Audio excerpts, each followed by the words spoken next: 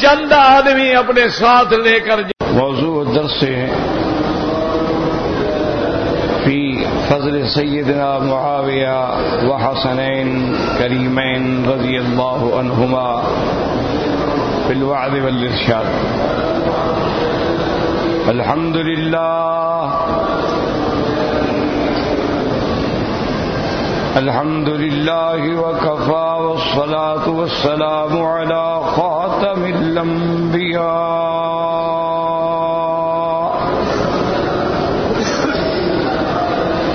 سیدنا وحبیبنا محمد المصطفى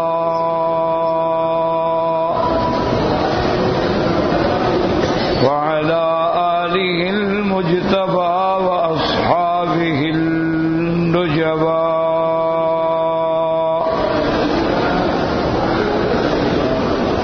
اللهم صل على سيدنا محمد النبي الأمي الهاشمي وعلى آله وأصحابه نجوم الهدى.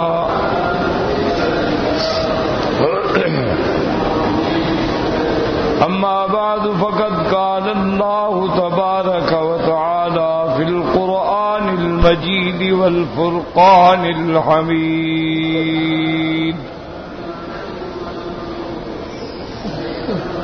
أعوذ بالله من الشيطان الرجيم.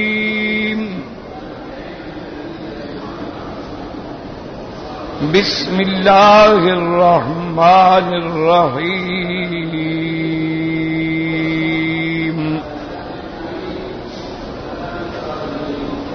محمد رسول الله والذين معه أشداء على الكفار رحماء بينهم تراهم ركعا سجدا يبتغون فضلا من الله ورضوانا.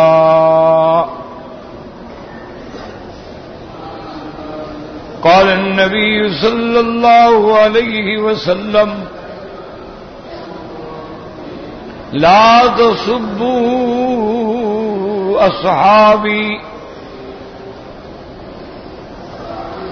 فلو أن أحدكم أنفق مثل أحد ذهبا ما بلغ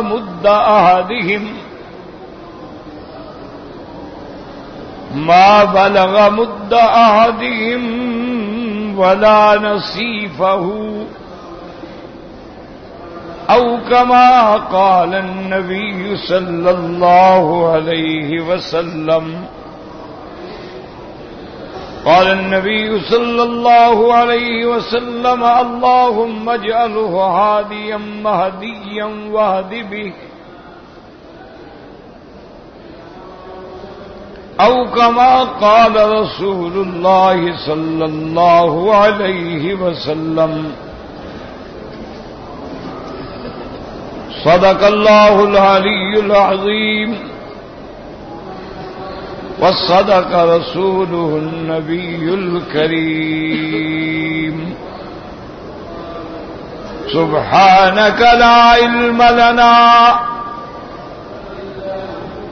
إلا ما علمتنا إنك أنت العليم الحكيم. برادران اسلام، واجب الاحترام بزرگوں، دوستوں، بھائیوں، عزیز نوجوانوں، اللہ تبارک و تعالی کے کلام مبارکہ میں سے چند آیات مقدسہ مبارکہ اور آقا انعامدار حبیب کبریا خاتم الانبیاء سیدنا محمد مصطفیٰ صلی اللہ علیہ وعلی آلہ واصحابہ وسلم تسلیما کثیرا کثیرا کے فرامین مبارکہ میں سے 2 حدیثیں تلاوت کی ہیں. دعا فرمائیں کہ اللہ تبارک و تعالی اس عاجز کو مال اہل صحت عافیت کاملہ دائمہ عاجلہ اور حق بات بیان کرنے کی توفیق عطا فرمائیں. آپ کو سننے سمجھنے کی اور ہم سب کو مل کر حق پر چلنے کی توفیق عطا فرمائیں.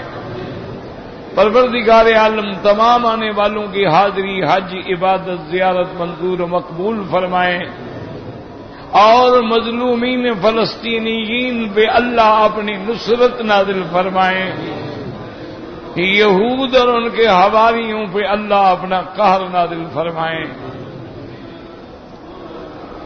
میں نے جیسے عرض کیا تھا کہ شہادت حسین رضی اللہ تعالی عنہ کے بارے میں کچھ عرض کروں گا، لیکن اس سے پہلے مختصراً ایک تو صحابہ کے بارے میں آپ سمجھ لیں اور اس کے بعد خصوصاً سیدنا امیر معاویہ رضی اللہ تعالی عنہ کے باپ کے بارے میں بات سمجھیں. چونکہ جب تک یہ سارا پس منظر دماغ میں نہ ہو شہادت حسین بھی سمجھ نہیں آ سکتی. ایک تو ہماری بدقسمتی ہے کہ ہر مسئلے میں فرقے پیدا ہو گئے. آج بھی شہادت حسین رضی اللہ تعالی عنہ کے بارے میں بھی فرقے پیدا ہو گئے. ایک جماعت تو یہ کہتی ہے کہ حضرت حسین نے خروج کیا ہے، بغاوت کی ہے خلیفہ کے سامنے. تو جب وہ خروج کر رہے ہیں تو شہادت کا سوال ہی پیدا نہیں ہوتا. اور ایک جماعت کا خیال یہ ہے کہ یہ ساری پلاننگ جو تھی یزید نے کی تھی اور حضرت حسین رضی اللہ تعالی عنہ جو ہیں وہ شہید ہیں اور مظلوم ہیں.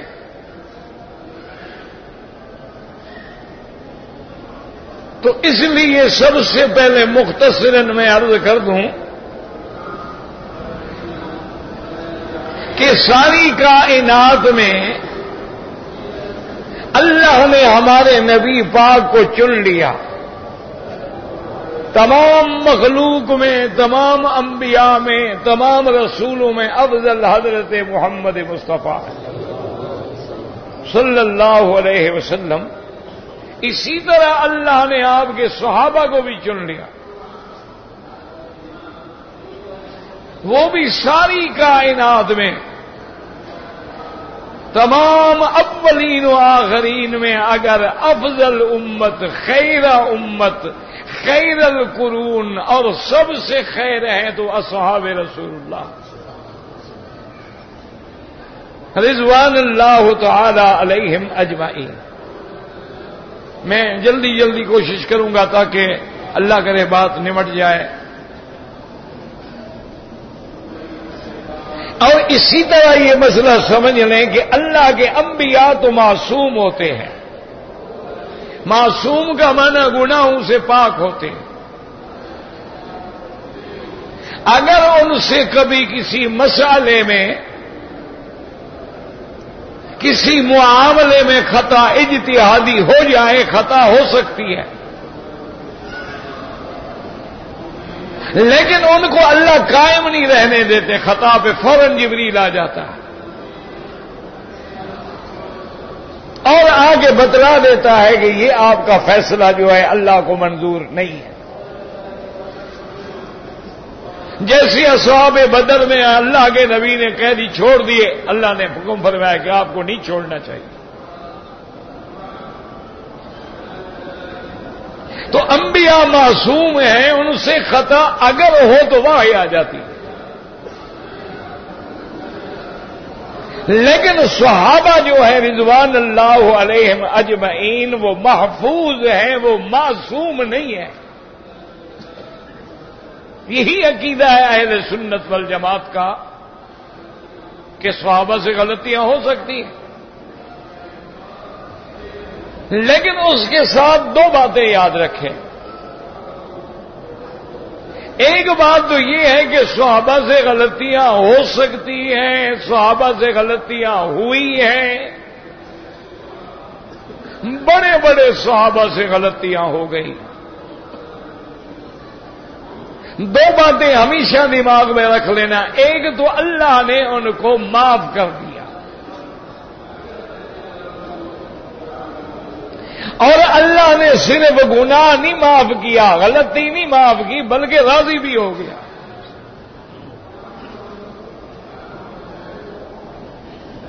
تو یاد رکھیں دماغ میں، یہی وجہ ہے کہ بعض لوگ دھوکہ دیتے ہیں، مؤرخ بن کے دھوکہ دیتے ہیں کہ جی صحابی سے یہ غلطی ہوئی، یہ غلطی ہوئی، یہ غلطی ہوئی، لیکن ان کو دماغ میں یہ رکھنا چاہیے کہ صحابہ سے غلطیاں ہوئی ہیں، ہو سکتی ہیں، لیکن اللہ نے ان کو معاف کر دیا ہے۔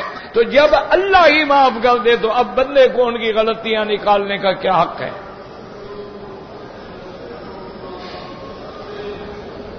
جب اللہ نے فرما دیا اولئک هم المؤمنون حقا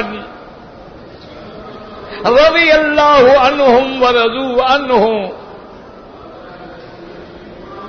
اللہ نے فرما دیا لقد رضی اللہ عن المؤمنین، اللہ نے قرآن میں ایک مقام میں نہیں بار بار فرما دیا کہ میرا مدنی تیرے صحابہ سچے ہیں اور میں ان سے راضی ہو گیا۔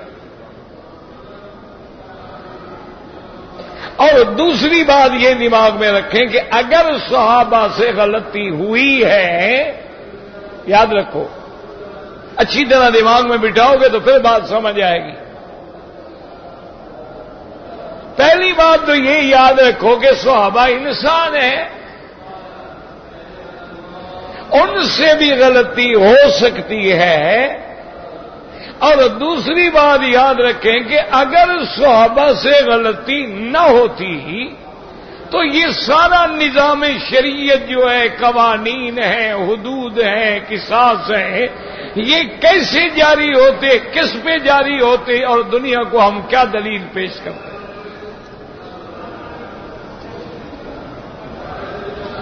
کیا مانا مثلاً صحابہ کے زمانے میں چوری ہی نہ ہوتی تو ہاتھ کس کا کاٹا جاتا؟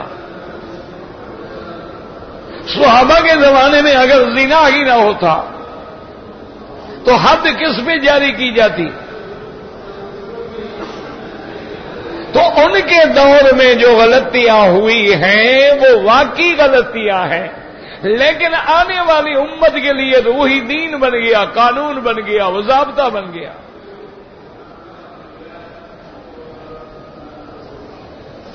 اب دیکھیں نا، میرے آقا رحمت دو عالم نماز پڑھا رہے تھے، 4 رکعت کی نماز تھی، آپ نے 2 رکعتوں پہ سلام پھیر دیا۔ ایک صحابی کھڑے ہوئے، انہوں نے کہا قصرت الصلاۃ ہم نسیت یا رسول اللہ، کیا نماز چھوٹی ہو گئی ہے یا آپ بھول گئے ہیں؟ حضور نے فرمایا نہیں، نہ نماز چھوٹی ہوئی نہ میں بھول گیا۔ اس نے پھر کہا حضور نے فرمایا کہ نہیں، نہ نماز چھوٹی ہوئی ہے نہ میں بھولا ہوں۔ جب صحابینہ اصرار بڑھ گیا، حضور نے باقی صحابہ کو دیکھا اور فرمایا صدقۃ الیدین، یہ سچ کہہ رہا ہے؟ انہوں نے کہا سنا سچ تو کہہ رہا ہے۔ یا تو نماز 4 رکعتوں کی چھوٹی ہو گئی، 2 رکعتیں ہو گئی، یا آپ بھول گئے ہیں؟ اب حضور پاک نے وہ 2 رکعتیں دوبارہ پڑھی. اگر حضور نہ بھولتے، قیامت تک امت کو اگر نماز میں بھولنے کی غلطی ہوتی تو مسئلہ کون حل کرتا؟ یعنی حضور کے لیے نسیان ہے، لیکن امت کے لیے تو دین بن گیا ہے. یعنی حضور پاک سے اگر نسیان نہ ہوتا، ورنہ اللہ قادر ہے، جبریل بھی آگے بتلا سکتے تھے، لیکن حضور کو جو نسیان ہوا امت کے لیے دین بن گیا کہ اگر تم بھول جاؤ بھائی کیا کرو. اسی طرح یاد رکھیں کہ اگر صحابی سے غلطی ہوئی ہے، وہ انسان تھے، وہ بشر تھے، وہ اولاد آدم تھے، لیکن آنے والی امت کے لیے دین بن گیا. ایک دن آمنہ کے لال رحمت 2 جہاں سیدنا محمد مصطفیٰ، بھائی بیٹھ جاؤ، کیوں کھڑے؟ اب تو کھلا ہے حرم، کوئی رش تو ہے نہیں. اب تو حج بیٹھ جائے آرام سے، کیوں دیوار بن کے کھڑے ہو جاتے ہیں؟ عادت ہے لوگوں کی بس کھڑا ہونا ہے، نہیں بیٹھ سکتے ہیں، تھوڑا کھلا ہو کے بیٹھ جاؤ. آپ نے حضرت علی رضی اللہ تعالی عنہ کو بلایا اور آپ نے فرمایا کہ حضرت علی فوراً چند آدمی اپنے ساتھ لے کر جاؤ، روضہ خاک پر ایک زینہ ہے. روضہ خاک جگہ کا نام ہے، مکے مدینے کے درمیان میں، مدینہ منورہ سے قریب ہے. روضہ خاک پہ ایک زینہ ہے، ایک عورت ہے، اس کے پاس ایک خط ہے، وہ خط برآمد کرو اور عورت کو بھی پکڑ کے لے آؤ.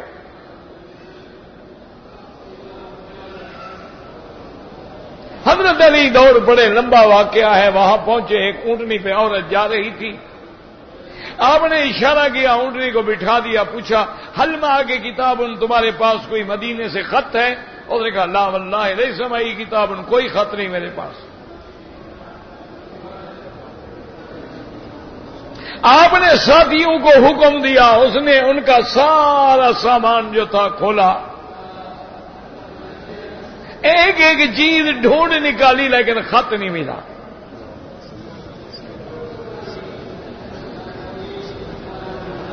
ساتھیوں نے کہا کہ حضرت علی اس کے تو سامان میں خط نہیں ہے، اس کو کوئی پتہ تھوڑا تھا کہ ہم پکڑنے آ رہے ہیں.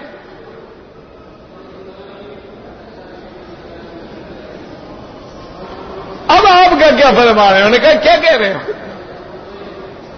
اخبرنی الصادق المصدوق، مجھے اس بات کی خبر دینے والا کون ہے؟ حضرت محمد مصطفیٰ. حضور کی بات غلط ہو سکتی ہے؟ میں کہا نہیں. حضرت علی اتنے جوش میں آئے، روایات میں یہ لفظ موجود ہے، آپ نے فرمایا واللہ لأجردنکی، آپ نے فرمایا ناک بات سنو، خدا کی قسم ہے میں تیرے کپڑے بھی اتار کے دیکھوں گا. مجھے اللہ کے نبی نے خبر دی ہے، کیسے ہو سکتا ہے کہ نبی کی خبر غلط ہو؟ تم یہ نہ سمجھنا کہ میری عیادت کروں گا، تم یہ نہ سمجھنا کہ میں غیر محرم عورت ہوں، ضرورت کے تابع عورت کے کپڑے بھی اتارے جا سکتے ہیں، میں تیرے بدن سے ایک کپڑا بھی نہیں رہنے دوں گا. اس نے ڈر گئی، جلدی سے اپنے بال کھولے، بالوں کا جھوڑا بنا کے اس کے درمیان میں خط رکھ کے بالوں پہ اپنا دوپٹہ چڑھایا ہوا تھا، خط نکال کے دے دیا.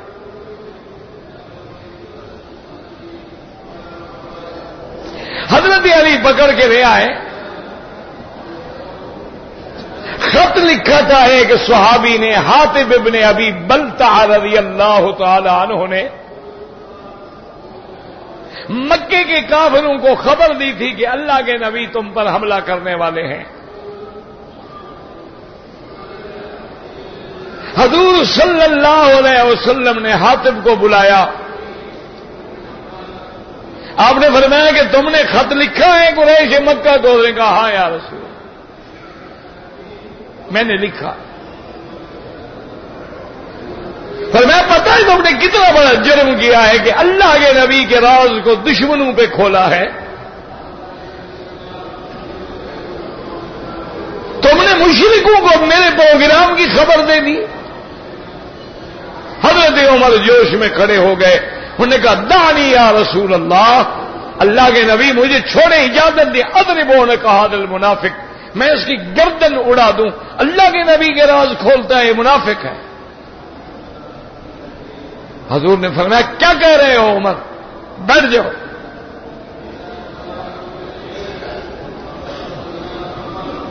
آپ نے فرمایا حاتم کیوں لکھا؟ اس نے کہا یا رسول اللہ میری فیملی مکے میں ہے، میرا کوئی رشتہ دار نہیں. میں نے اپنے عقل سے سوچا کہ قریش مکہ کے سرداروں پہ احسان کر دوں تاکہ وہ میرے بیوی بچوں کا خیال رکھیں. مجھے یقین تھا کہ اگر اللہ نے آپ کو فتح دینی ہے تو مکے والے کیا کر سکتے ہیں، اس لیے میں نے خط لکھا تھا. اب میری گردن حاضر ہے، جو بھی سزا دیں. آپ نے فرمایا صدق تھا، تم نے سچ کہا ہے، جاؤ میں نے تمہیں معاف کر دیا ہے. اور آپ نے فرمایا عمر بات سنو، تمہیں پتہ نہیں ہے یہ میرا بدری صحابی ہے، اور بدر کے صحابہ کے بارے میں اللہ نے فرمایا ہے ان اللہ اطلع الی اہل بدر فقال فاعملوا ما شئتم انی قد غفرت لكم، کہ اے بدر والو جاؤ جو کچھ کرو میں نے تمہارے گناہ معاف کر دیے. تو یہ تو میرا صحابی ہے. تو اب دیکھیں کتنی بڑی غلطی ہو گئی، لیکن اس پہ کوئی معاوضہ مواخذہ، کوئی اس پہ قدغن، کوئی سزا نہیں ملی کہ اللہ نے معاف کر دیا.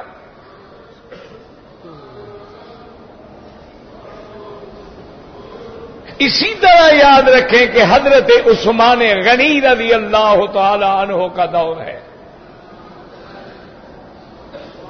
ایک صحابی انصاری نے، ایک آدمی نے انصاری لڑکی سے شادی کی. 6 مہینے کے بعد بچہ پیدا ہو گیا.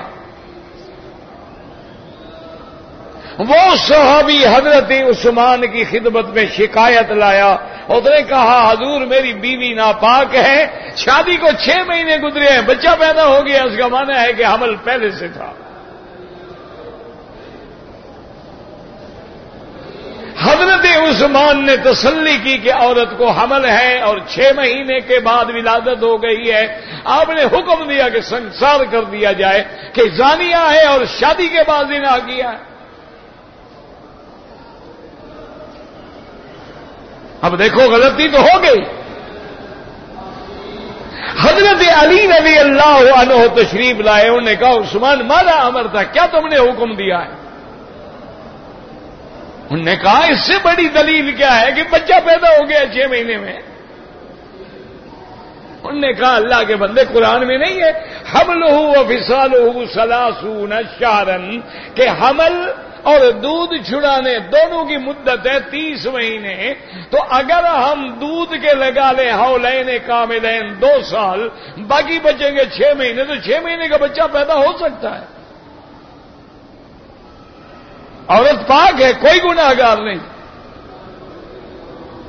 6 مہینے میں حمل وضع ہو سکتی ہے اور بچہ زندہ بھی رہ سکتا ہے. عورت نے کوئی گناہ نہیں کیا.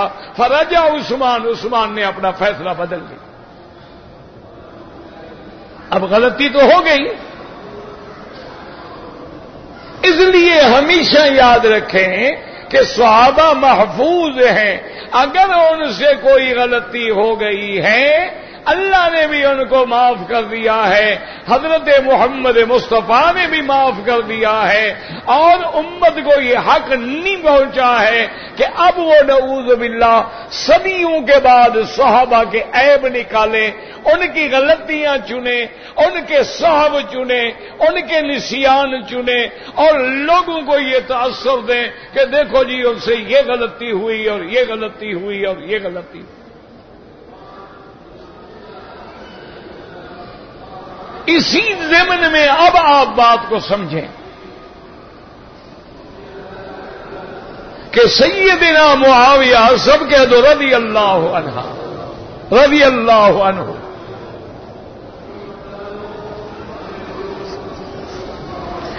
اصل مسئلہ تو یہی شروع ہوتا ہے نا کہ حضرت معاویہ نے یزید کو اپنے تخت پہ کیوں بٹھایا؟ اصل بنیاد تو یہ ہے. اسی کے ضمن میں پھر شہادت حسین اور اسی کے ضمن میں پھر اصحاب رسول پہ تبرہ ہوتا ہے، ان کی شان میں گستاخیاں ہوتی ہیں. اللہ تبارک و تعالی معاف کرے، ایسے الفاظ استعمال کیے جاتے ہیں کہ جس کا سننا بھی کسی انسان کے لیے قابل برداشت نہیں.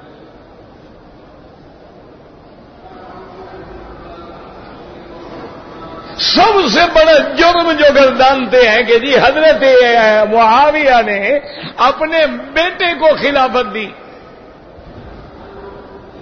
اگر یہ جرم ہے تو حضرت داؤد نے اپنا خلیفہ وارث نبی کس کو بنایا؟ ہاں جی، وارث سلیمان ہو. حضرت سلیمان کس کے وارث بنے؟ یعنی بیٹا کے باپ کے بعد بیٹا نہیں آ سکتا. اللہ نے تو باپ کے بعد بیٹے کو بھی نبی بنا دیا. حضرت یوسف علیہ السلام کس کے بیٹے ہیں؟ حضرت یعقوب نبی ہیں یا نہیں ہیں؟ اللہ نے یعقوب علیہ السلام کے بیٹے کو بھی نبی بنا دیا. سیدنا ابراہیم الخلیل کے بیٹے ہیں اسماعیل. حضرت اسماعیل بھی نبی ہیں، حضرت اسحاق بھی نبی ہیں، اسحاق کا بیٹا یعقوب بھی نبی ہے، ان کا بیٹا یوسف بھی نبی ہے، اور بعض علماء کے نزدیک تو یوسف علیہ السلام کے سارے بھائی نبی ہیں. تو اس میں باپ اور بیٹے کا کیا مسئلہ ہو گیا؟ اللہ کے نبی موسیٰ علیہ السلام کو جب اللہ نے رسالت دی، آپ کو اللہ نے نبی بنایا، رسول بنایا، شان دیا، معجزات دیے. موسیٰ علیہ السلام کو حکم دیا فرعون کے پاس جانے کا، تو موسیٰ علیہ السلام نے کیا دعا مانگی؟ رب اشرح لی صدری وَيَسِّرْ لِي أَمْرِي وَاحْلُلْ عُقْدَةً مِّن لِّسَانِي يَفْقَهُوا قَوْلِي. اور اسی دعا میں عرض کیا وَاجْعَل لِّي وَزِيرًا مِّنْ أَهْلِي. اللہ میرا سینہ کھول دے، اللہ میری زبان کھول دے، اور اللہ میرے بھائی کو بھی نبوت دے دے میرا ساتھ دینے کے لیے، تاکہ ہم میں طاقت ہو جائے، قوت ہو جائے، بات کرنے کی ہمت ہو جائے. اور میرا بھائی افصح منی لسانا، اس کی زبان فصیح ہے، وہ بلیغ ہے. اللہ ان کو بھی اگر مہربانی کر دے. اللہ نے فرمایا لقد اوتیت سؤلک یا موسیٰ. موسیٰ علیہ السلام، ہم نے تیری سارے سوال پورے کر دیے ہیں. تو موسیٰ علیہ السلام نے بھائی کو نبی بنانے کی درخواست کی کہ نہیں کی؟ اور اگر یہ درخواست ہے تو حضرت علی کے بعد کون آئے؟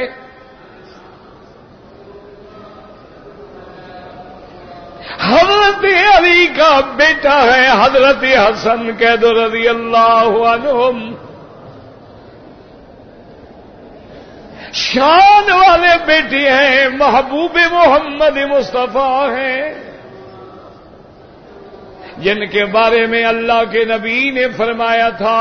آپ نے حضرت حسن کو دیکھا تو فرمایا ان ابنی ھذا لسید یہ میرا بیٹا، یہ میرا نواسا، یہ میری بیٹی کا بیٹا حضرت حسن سردار ہے، لعل اللہ ان یصلح بہ، اللہ اس کے ذریعے دو بڑے مسلمان جماعتوں کے جھگڑے کو مٹا دیں گے۔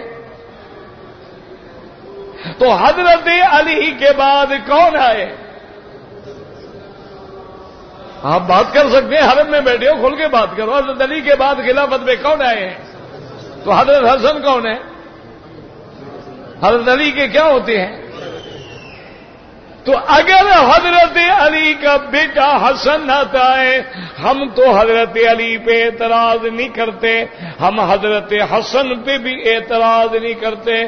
جیسے صحابہ ہمارے نور ہیں، اسی طرح اہل بیت ہمارے دل کا سرور ہے۔ اسی طرح کسی کو فقط ایک لفظ کی بنا پر حضرت معاویہ رضی اللہ تعالی عنہ پر اعتراض کا حق نہیں۔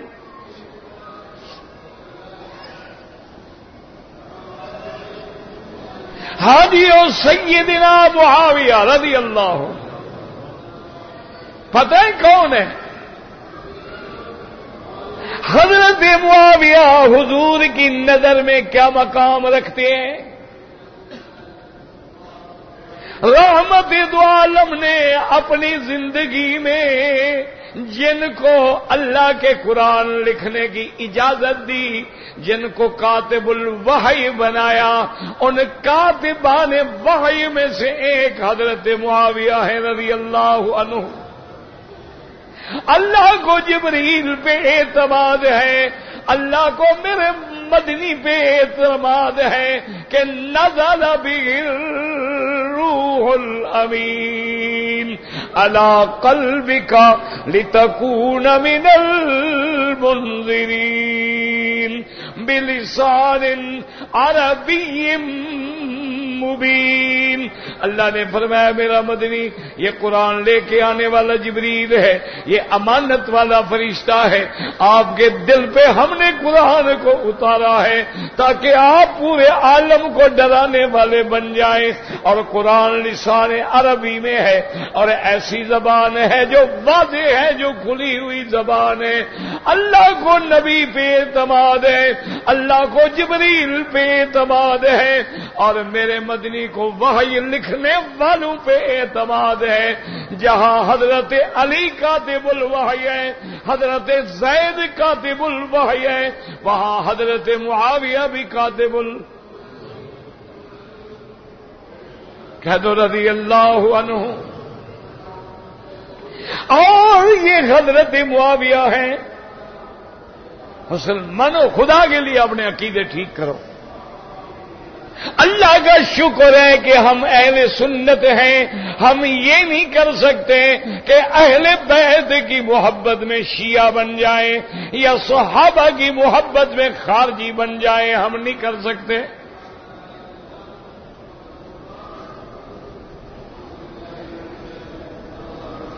ہمارے لیے تو اصحاب رسول اللہ، اہل بیت نبی اللہ، لیکن یاد رکھو پہلے مقام صحابی کا ہوگا، اس لیے کہ جب صحابی نہ بنے پھر اہل بیت میں وہ شامل بھی نہیں ہو سکتا۔ حضرت نوح کی بیوی اسلام نہیں لے آئی، وہ اہل بیت نوح میں نہیں رہی۔ حضرت لوط کی بیوی اسلام نہیں لے آئی، وہ اہل بیت لوط میں نہیں رہی۔ حضرت نوح کا بیٹا اسلام نہیں لایا، وہ اہل نوح میں شامل نہیں رہا۔ اہل تب بنو گے پہلے کلمہ پڑھو محمد مصطفیٰ کا۔ اسی طرح تو حضور کے اور بھی بڑے رشتہ دار ہیں۔ ابو لہب ہے، عتبہ طیبہ ہے، شیبہ ربیہ ہے، جن کے ساتھ میرے مدنی کے رشتے ہیں، جن کو میرے مدنی نے بیٹیاں دی ہیں، لیکن کلمہ نہیں پڑا، وہ اہل میں شامل نہیں ہو سکتے۔ تو یاد رکھیں پہلا مقام جو ہے ایمان کا ہے، صحابت کا، صحابیت کا ہے، اس کے بعد اہل بیت ہے۔ ہاں اگر ایمان بھی ہو، اہل بیت بھی ہو تو پھر شان نرالی ہے۔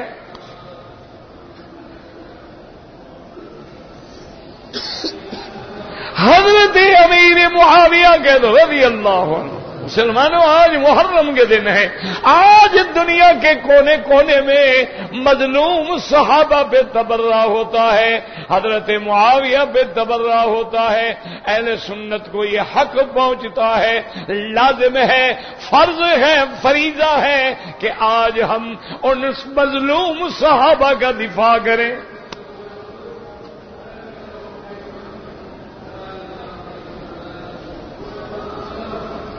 لیکن شان حضرت ایک کاتب الوحی ہے اور دوسرا آپ کے کیا ہے، سالہ ہے۔ حضور کی بی بی ام حبیبہ حضرت معاویہ کی سکی بہن ہے، ام حبیبہ بنت ابی سفیان ہے، معاویہ ابن ابی سفیان ہے، یعنی حضور صلی اللہ علیہ وسلم سے قرابت بھی ہے۔ اور صحیح روایات میں اور بعض ضعیف روایات میں میرے اللہ کے نبی نے جو دعائیں کی ہیں ان صحیح حدیث میں دعا آتی ہے، حضور نے معاویہ کو دیکھا اور فرمایا اللہم اجعلہ ہادیا مہدیا واہد بہ، میرا اللہ معاویہ کو ہدایت والا بنا، ہدایت یافتہ بنا اور دنیا کو ہدایت دینے والا بنا۔ کس نے دعا کی ہے اور کس کے لیے دعا کی ہے؟ اور دوسری دعا ہے، ضعیف روایت ہے لیکن فضائل میں محدثین لیتی ہیں، آپ کی دعا پہ غور کریں، آپ نے فرمایا اللہم علمہ الکتاب والحساب وقہ العذاب۔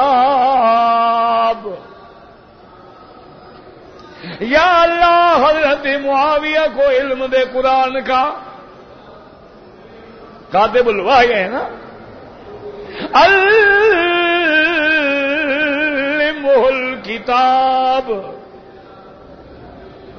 اور میرا اللہ اس کو علم دے حساب کا۔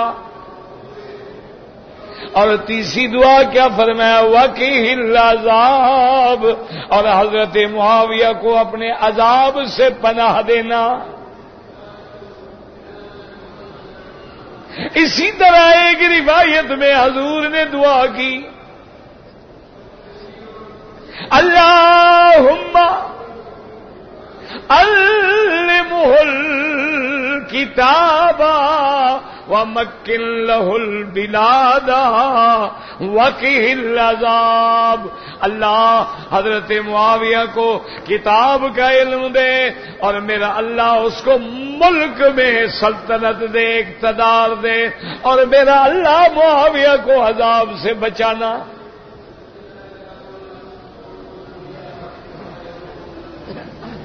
اور میرے نبی نے فرمایا تھا یا معاویہ ان ولیت امرا فاتق اللہ وعدل۔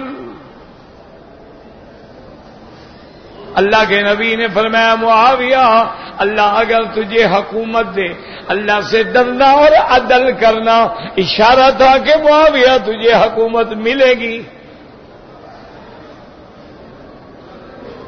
یاد رکھو کہ حضرت معاویہ کون ہے؟ صرف لوگ جھگڑے والی بات پوچھتے ہیں، اور جی حضرت علی کا حضرت معاویہ کا کیا جھگڑا تھا اور یزید کا کیا جھگڑا تھا، اور باقی سارے اعمال نامے پر نظر ہی نہیں ڈالتے، یہ کیا مسئلہ ہے؟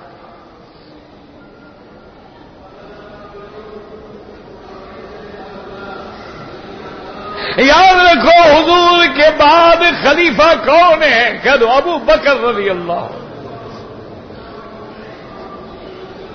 حضرت ابو بکر نے 2.5 سال حکومت کی ہے۔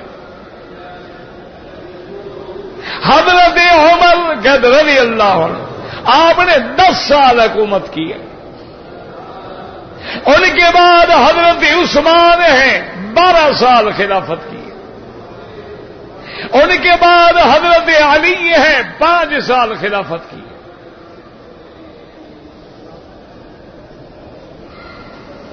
یاد رکھو پہلے بات سمجھو گے تو شہادت حسین سمجھ آئے گی، اصل بات ہی نہ سمجھو تو شہادت کیا سمجھ آئے گی؟ حضرت ابو بکر نے 2.5 سال، حضرت عمر نے 10 سال، حضرت عثمان نے 12 سال، حضرت علی نے 5 سال، اور حضرت ابو بکر صدیق کی زندگی میں شام کا گورنر پتہ ہے کون تھا؟ یزید ابن ابی سفیان حضرت معاویہ کا بھائی تھا۔ کہتے رضی اللہ عنہ۔ حضرت عمر کا زمانہ خلافت جب آیا تو یزید ابن ابی سفیان جو تھے وہ فوت ہو گئے۔ حضرت عمر کو اطلاع ملی، آپ نے فوراً حکم جاری کیا کہ ان کے بعد گورنر جو ہے وہ حضرت معاویہ ابن ابی سفیان ہوگا۔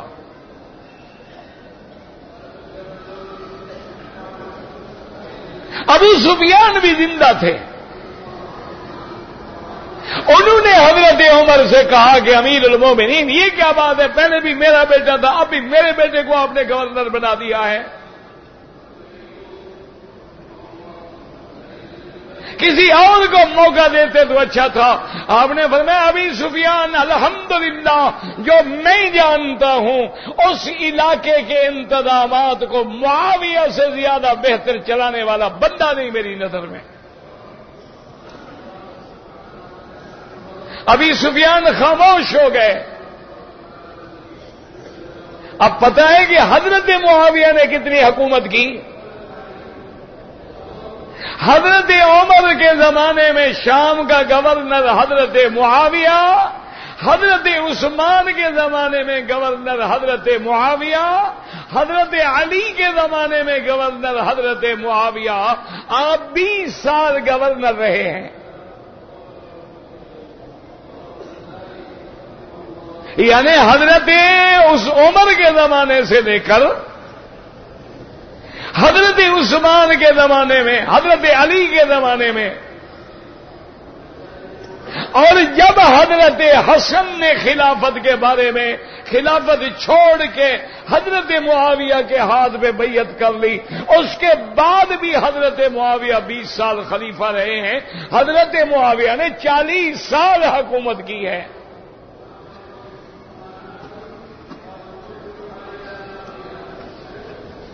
اور میرے نبی رحمت دو عالم، جب بھی نام آئے درود شریف تو پڑھ لیا کرو نا۔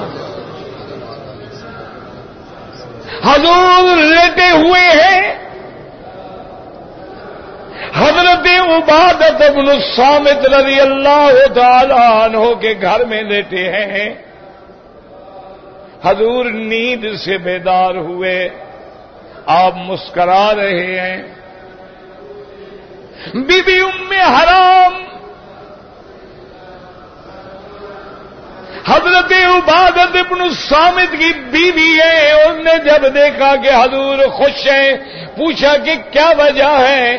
آپ نے فرمایا اللہ نے مجھے خواب میں دکھایا ہے میری امت میں سے ایک جماعت ہوگی یرکبون علی سبج البحر، وہ کشتی پہ سوار ہو کر دریاؤں کی پشت پہ سواری کر کے اسلام کے لیے جنگ کریں گے۔ اللہ نے ان کے لیے جنت کا فیصلہ فرما دیا ہے۔ ایک روایت میں آتا ہے ان کا بدلہ، ان کا مرتبہ ایسے ہوگا جیسے اصحاب بدر۔ وہ بیویاں بھی شان والی تھی. انہوں نے کہا فدعوا اللہ، آپ اللہ سے دعا کریں اللہ مجھے بھی شامل کر لیں. آپ نے فرمایا انت منہم، تم بھی ان میں ہوگی. حضور پھر لیٹ گئے، پھر اٹھے، پھر وہی خواب دیکھا. نبی کا خواب وہی ہوتا ہے، اور 2 دفعہ خواب دیکھا نبی پاک نے. آپ نے پھر وہی بات دہرائی اور بی بی نے بھی پھر وہی بات کہی. یا رسول اللہ دعا کرے اللہ تبارک و تعالی مجھے بھی اس جماعت کا ساتھی بنا دے. آپ نے فرمایا انت منہم، تم بھی، اللہ پاک تمہیں بھی ان میں شامل کرے گا. یہ بخاری شریف کی روایت ہے. اب اندازہ فرمائیں کہ حضور کے اس خواب کا نتیجہ کب نکلا. خلیفہ حضرت عثمان تھا اور پہلا امیر البحر حضرت معاویہ تھا، جس نے قبرص میں جا کے حملہ کیا اور فتح کیا. عبادت بن الصامت بھی ساتھ ہے، ابی ذر بھی ساتھ ہے، ابو ایوب انصاری بھی ساتھ ہے، بڑے بڑے صحابہ ساتھ ہیں. اللہ نے فتح دی. یہ سب سے پہلی جنگ کرنے والا اور بیری بیڑا بنا کے لڑنے والا حضرت معاویہ.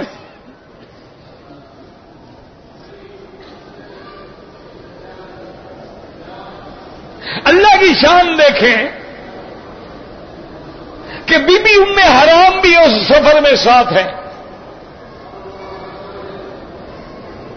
اور اس جنگ میں حضرت معاویہ کی بیوی بھی ساتھ ہے. اس کا نام تھا فاخطہ بن قذبہ. حضرت معاویہ کی بیوی کا نام تھا فاخطہ بنت قذبہ. فاخطہ وہ بھی جنگ میں ساتھ ہے. ام حرام کو اونٹ پہ سوار کرنے لگے. اونٹ کا پاؤں کسی کھڈ میں جو پڑا، اونٹ کو دھچکا لگا، بی بی جو گری تو شہید ہو گئی. اللہ کے نبی کا فرمان پورا ہو گیا.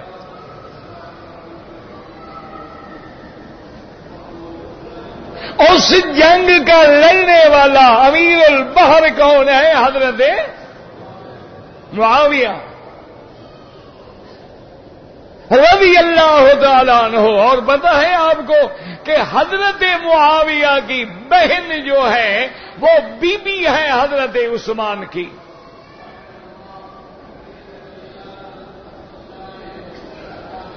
حضرت معاویہ کی بہن بی بی ہے حضرت عثمان رضی اللہ تعالیٰ عنہ کی. اور حضرت عثمان جب شہید ہوتے ہیں تو وہ موجود ہے. یہ تو لوگ آپ کو بتاتے نہیں ہیں نا. اب حضرت عثمان کا ایک بیٹا ہے جس کا نام حضرت عمر ہے.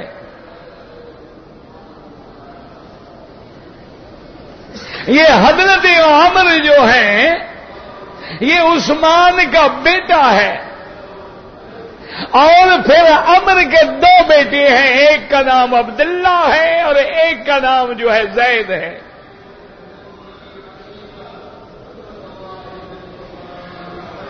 اور اسی طرح دیکھیں کہ یہ عمر جو ہے یہ حضرت عثمان کا کیا ہے؟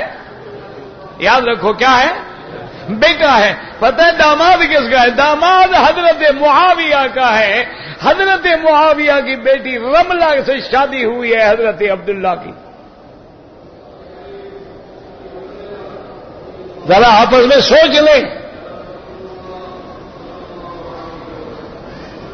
اسی طرح حضرت زید کی جو بی بی ہے سکینہ جو کربلا میں بھی ساتھ ہے. اسی طرح حضرت حسین کی جو بیٹیاں ہیں بی بی فاطمہ اور بی بی سکینہ، یعنی یہ گویا ان کی شادیاں جو ہیں وہ حضرت علی حضرت رضی اللہ تعالیٰ عنہ حضرت معاویہ کے پوتوں سے ہیں. اس لیے ہمیشہ یاد رکھیں کہ حضرت عبداللہ ابن المبارک جیسا آدمی امیر المومنین فی الحدیث جو امام بخاری کا بھی استاد ہے، ایک آدمی نے آ کے پوچھا کہ حضرت معاویہ افضل ہے یا عمر ابن عبدالعزیز افضل ہے؟ عمر ابن عبدالعزیز تابعی ہے اور تابعین کی صف اول کا آدمی ہے، سردار ہے تابعین کا، اور اپنے وقت کا عادل ہے، حاکم ہے، منصف ہے، یعنی جن کو ثانی عمر کہا گیا۔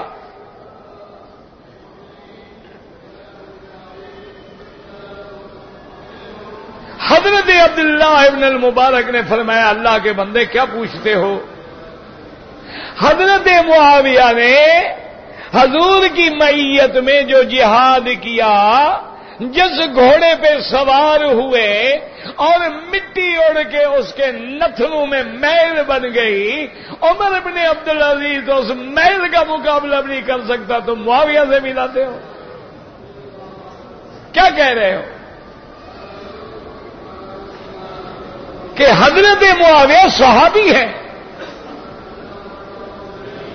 عمر ابن عبدالعزیز بڑا آدمی بن جائے وہ تابعی ہے، اور لاکھ تابعی ایک صحابی کا مقابلہ نہیں کر سکتے، لاکھ صحابہ ایک نبی کا مقابلہ نہیں کر سکتے، لاکھ نبی میرے مدنی محمد مصطفیٰ کا مقابلہ نہیں کر سکتے۔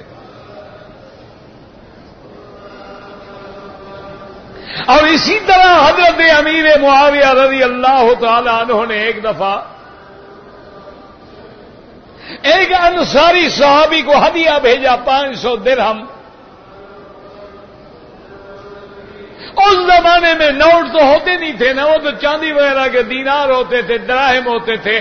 وہ 500 کی توڑی اٹھا کے جب گیا، اس نے جا کے پیش کی تو صحابی غصے میں آ گئے، ناراض ہو گئے کہ امیر معاویہ نے مجھے یہی ہدیہ دیا ہے۔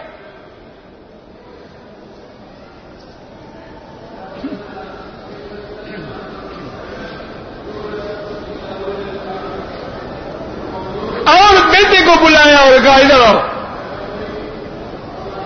قسم دے دی کہ یہ پیسے لے جاؤ اور حضرت معاویہ کے منہ پہ مار دو، یہی ہدیہ دیا ہے مجھے۔ غصے میں آ گئے۔ حضرت معاویہ کی خدمت میں جب آیا وہ آدمی، اس نے کہا امیر المومنین مجھے بڑی شرم آتی ہے کہتے ہوئے، ادھر باپ ہے، آپ چاچا ہیں، بزرگ ہیں، صحابی ہیں، میں کیا کروں؟ ابا نے یہ کہا ہے۔ انہوں نے کہا بیٹا دیکھو میں ہاتھ باندھ کے بیٹھ جاتا ہوں، جیسے ابا نے کہا ویسے کرو۔ وہ نبی کا صحابی ہے، وہ انصار میں سے ہے، اس کی بات میں نہیں روک سکتا ہوں، لیکن مہربانی کرنا جیسے ابا نے کہا ابے کی بھی تعمیل کرنا، کوئی چاچے کا بھی لحاظ رکھنا، ایسا مارنا زور سے نہیں مارنا۔ علم دیکھیں، حوصلہ دیکھیں حضرت معاویہ کا۔ اور اس کے بعد اپنے خزانچی کو بلایا اور فرمایا کہ اور 500 لے آؤ، کہا 1000 درہم لے جاؤ اور کہو معاویہ کہتا ہے ہدیہ ہدیہ ہوتا ہے، ناراض نہ ہوں، جتنی ہمت تھی ورنہ تمہاری شان جتنی اونچی ہے میں کہاں دے سکتا ہوں۔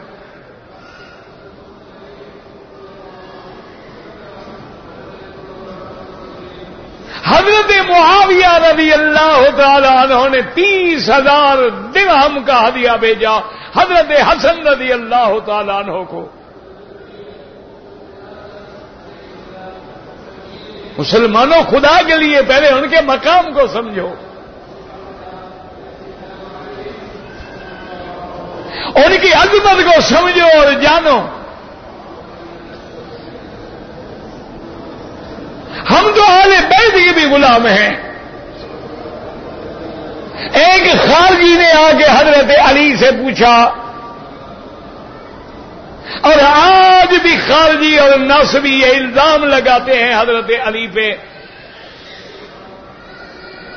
کہ نبی پاک کا مدفن مدینہ ہے، ابو بکر کا مرکز مدینہ ہے، عمر کا مرکز مدینہ ہے، عثمان کا مرکز مدینہ ہے، حضرت علی نے حضور کے مدینے کو چھوڑ کے کوفے کو مرکز بنایا، اللہ کے نبی کے مدینے سے کیوں بے وفائی کی؟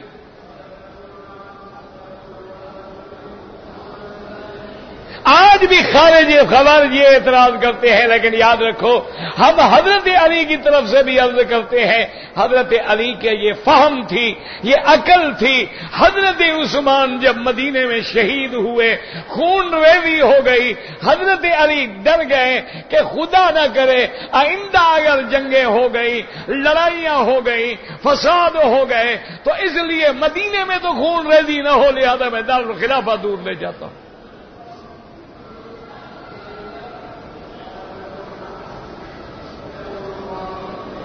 اسی طرح اس خارجی نے آ کے حضرت علی سے پوچھا، اور اس نے کہا کہ امیر المومنین حضرت ابو بکر رضی اللہ تعالیٰ عنہ، حضرت عمر، حضرت عثمان، ان کے زمانے میں دیکھیں اسلام کہاں سے کہاں تک پہنچ گیا، کیسر و کسرا کی طاقتوں کو روند ڈالا گیا، اور اسلام جو ہے 80 لاکھ مربع میل پہ پھیل گیا، اور جب سے حضرت علی آپ آئے ہیں ایک بستی بھی فتح نہیں ہوئی۔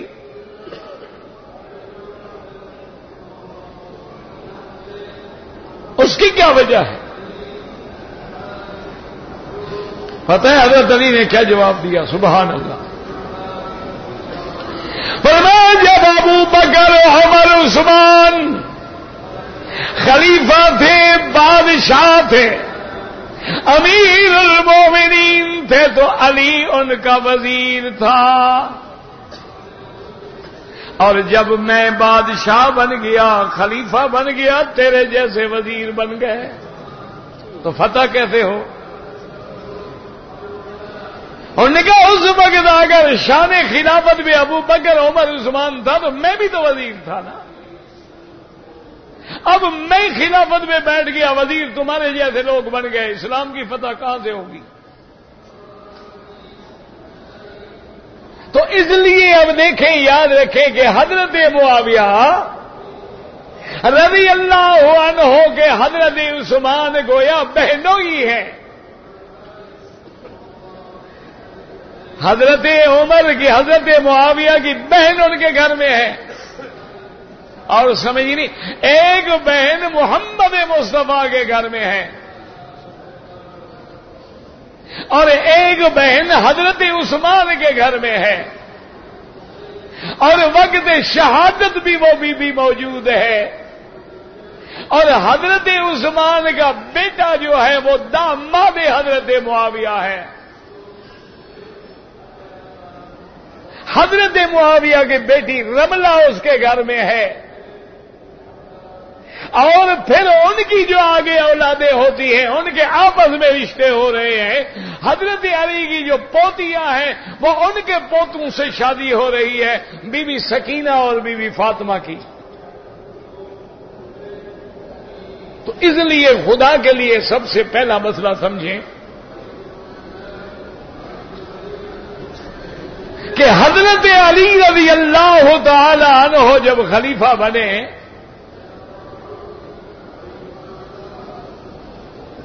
جب آپ نے خلافت کی مسند سنبھالی حضرت عثمان کی شہادت کے بعد، اصل وجہ یہ تھی کہ وہ بی بی حضرت عثمان کی جو بیوی تھی، حضرت عثمان کا وہ قمیض جس پہ حضرت عثمان کا خون تھا، وہ خون آلود کرتا لے کر اپنے بھائی کے بعد شام جا پہنچی۔ اب یاد رکھیں مرکز مدینہ تھا، پہلے دور میں مرکز جو ہے مدینہ رہا، اور اس کے بعد جو ہے باقی معاملات شام میں طے ہوتے تھے۔ حضرت معاویہ شام میں رہے، حضرت علی نے دارالخلافہ کوفے کو بنایا۔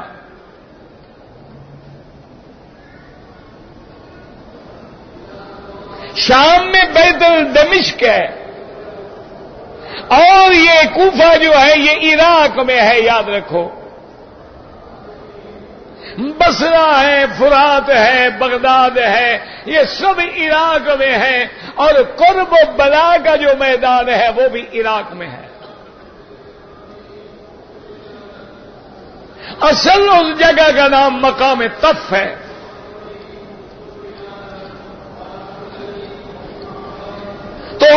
بی صاحبہ زوجہ حضرت عثمان رضی اللہ تعالی عنہ کی بی بی جب وہ کرتا خون آلود لے کے بھائی کے پاس شام میں پہنچی اور جا کے مظلوم عثمان کی مظلومیت کا شہادت کا قصہ بیان کیا کہ کس طرح آپ کو پیاسا شہید کیا گیا، کس طرح آپ قرآن کی تلاوت فرما رہے تھے اور آپ کے خون کے قطرے قرآن پہ گرے ہیں، اور یہ وہ کرتا ہے جو آپ نے پہنا ہوا تھا۔ حضرت معاویہ رضی اللہ تعالی عنہ نے بہن کی جب یہ بات سنی، جذبات میں آئے، جوش میں آئے، مسجد میں آئے، سارا دمشق ٹوٹ پڑا۔ انہوں نے کہا خدا کی قسم ہم تو انتقام لیں گے عثمان کے قاتلوں سے۔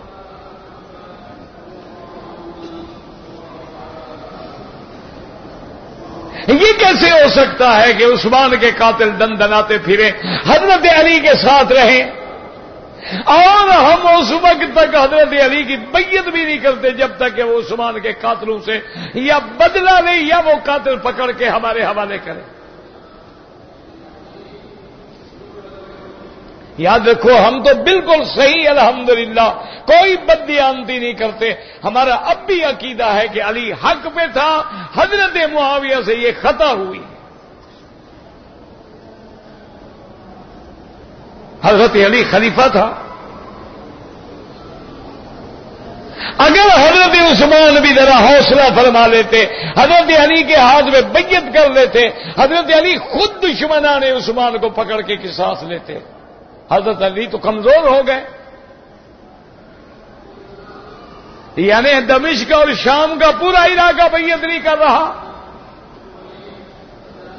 ادھر سیدہ عائشہ بیعت نہیں کر رہی، عبداللہ ابن زبیر بیعت نہیں کر رہے، طلحہ بیعت نہیں کر رہے، ان کے ساتھ بھی ہزاروں صحابہ کی تعداد ہے، حضرت علی تو کمزور ہو گئے۔ اگر وہ حضرات خطا اجتہادی نہ کرتے، بی بی عائشہ سے بھی خطا ہوئی، حضرت معاویہ سے بھی خطا ہوئی، حق علی کے ساتھ تھا۔ اور یہ قاعدہ ہے کہ جب خلیفہ بن جائے اسمعوا واطیعوا، اللہ کے نبی کا حکم ہے کہ ہر حال میں اپنے اولی الامر کی سماع اور طاعت کرو۔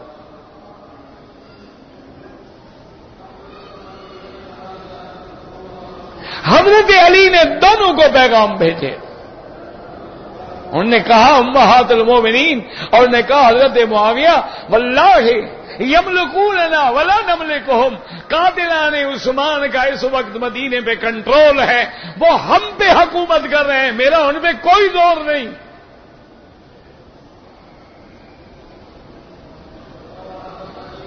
شورش غالب آ گئی ہے، عثمان شہید ہو گئے ہیں، میرے ارد گرد میں وہی طاقتیں ہیں، اگر میں بھی ہلتا ہوں مجھے بھی شہید کر دیا جائے گا، خدا کے لیے مجھے مہلت دے، مجھے طاقت دے، میری بیعت کرے، میرے ہاتھ مضبوط کرے۔ اور جب اللہ نے مجھے موقع دیا، جتنا حضرت عثمان کا آپ کو غم ہے اتنا مجھے غم ہے۔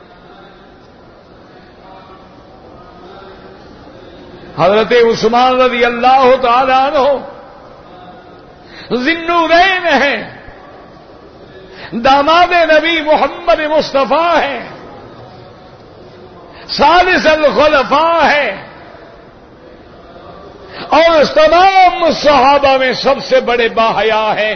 ان کے غم کس کو نہ ہوتا، لیکن حالات کا جبر تھا کہ پورا دمشق اور پورا شام جو ہے انتقام کے جذبے میں کھڑا ہو گیا، اور انہوں نے کہا کہ معاویہ ہم تمہیں بھی معاف نہیں کریں گے اگر تم حضرت عثمان کے قاتلوں کو معاف کرتے ہو۔ یہ وہ حالات ہیں جن سے اختلافات کی بنیاد ہوئی، اور پھر وہ اختلافات کے باوجود بھی ایک دوسرے کا ہمیشہ احترام کرتے رہے۔ یہ بالکل غلط ہے کہ حضرت معاویہ حضرت علی کی شان میں کچھ لفظ کہتے تھے یا حضرت علی ان کی شان میں کچھ کہتے تھے، بالکل غلط ہے۔ بالکل محبتیں قائم رہی، لیکن حالات کے جبر نے دور کر دیا۔ حضرت علی کی شہادت کے بعد حضرت حسن خلیفہ بنے. اب وہی ٹکراؤ جاری تھا. حضرت حسن رضی اللہ تعالی عنہ نے حضرت معاویہ سے صلح کر لی اور حضرت معاویہ نے بعد میں 20 سال خلافت کی. ان کی وفات ہوئی, اس کے بعد یزید آیا.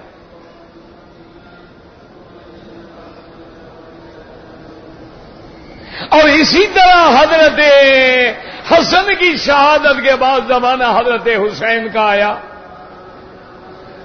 یہ دونوں بھائی ہیں, دونوں جگر گوش ہیں محمد مصطفیٰ.